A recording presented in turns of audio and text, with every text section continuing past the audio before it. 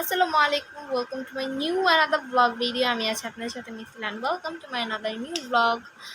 তো গাইজ কিছুদিন যাবত না 2 দিন যাবত হচ্ছে এই ছাদের মধ্যে মানে একটা চিল এসে বসে আছে। মানে আমি এখনো জানি না যে আদৌ জানি না যে এটার মুখ, আমি শুনছি সম্ভবত আমি জানি যে মানে চিলের হচ্ছে গিয়ে যে বড় ঠোঁটটা থাকে এই ঠোঁটটা নাকি ভেঙে যায় অর্ধেক, মানে বয়স হলে আর কি ঠোঁটটা অর্ধেক ভেঙে যায়। চিলটা কিন্তু বেশ বড়, এতখানি উঁচা, আর অনেক মানে বড়, বুঝতে পারতেছো উঁচাটা এতখানি উঁচা।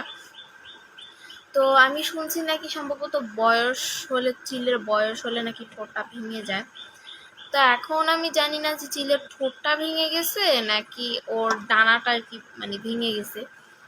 এখন মানে ছাদে বসেছিল চিলটা, ছাদে বসে থাকার পর হচ্ছে গিয়ে চিলটা একদম উড়ায় গেছে ওই ছাদে, আরেক ছাদে গেছে চিলটা উড়ায়।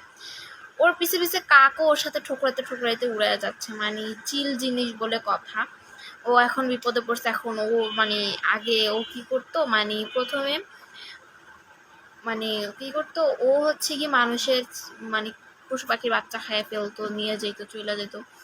তা এখন কাকড়ে ধরছে যে নামতে পারছো, এখন তোরে ইচ্ছা মতন সাইজ করবো।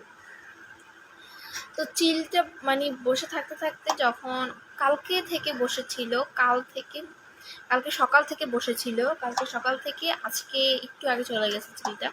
কালকে সকাল থেকে বসে থেকে ওইখানেই ডাকতেছিল, ওইখানে থেকে আমরা দেখতেছিলাম, নিচ থেকে খেয়াল করতেছিলাম। কালকে বিকেলে আমার চোখে পড়ছে চিলটা, সকাল থেকে ডাকতেছিল, বাট কোথায় ছিল আমি খুঁজে পাচ্ছিলাম না, ছাদের এক কোনায় ছিল।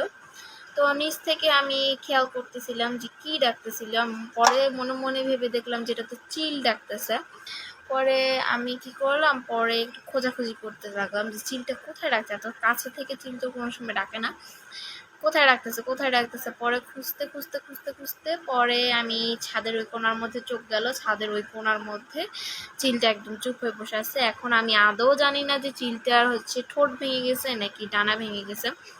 যদি এইসব কিছু হয়ে থাকে তাহলে, যদি ডানা ভেঙে থাকে তাহলে আমি আমার বাসায় নিয়ে এসে ওকে টেক কেয়ার করবো। মানে আমার বাসায় নিয়ে এসে ওকে মানে কিছুদিন টেক কেয়ার করে আবার ওকে ছেড়ে দিব। মানে যখন শরীরটা আর কি ঠিক হবে তখন হচ্ছে টেক কেয়ার করব, মানে টেক কেয়ার করতেই থাকবো ভালো না হওয়া পর্যন্ত।